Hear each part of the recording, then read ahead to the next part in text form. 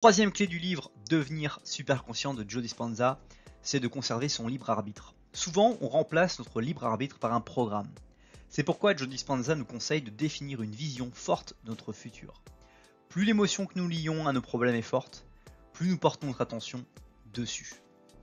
Alors ça ne t'a pas échappé, mais chaque matin on se lève et on va appliquer une routine dont on ne réfléchit plus forcément toujours à la somme des choses que l'on va faire. On va peut-être aller se brosser les dents, on va peut-être prendre une douche, on va peut-être prendre un petit déjeuner, peut-être pas prendre un petit déjeuner, directement prendre un café, peut-être directement prendre sa voiture et filer au travail.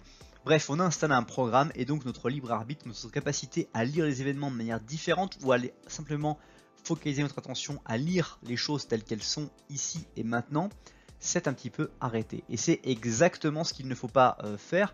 Et c'est pour ça que le travail de silence, de méditation du matin est quelque chose qui va être très puissant pour vous, parce que vous allez pouvoir prendre ce temps pour maintenir un libre arbitre, une conscience, et de voir sur quoi votre esprit est attentif en ce moment, et est-ce que c'est vraiment la priorité que vous voulez donner à cette attentivité qu'il est en train de donner. Et si c'est le cas, eh bien écoute, c'est très bien, c'est que vous êtes aligné avec ce que vous souhaitez.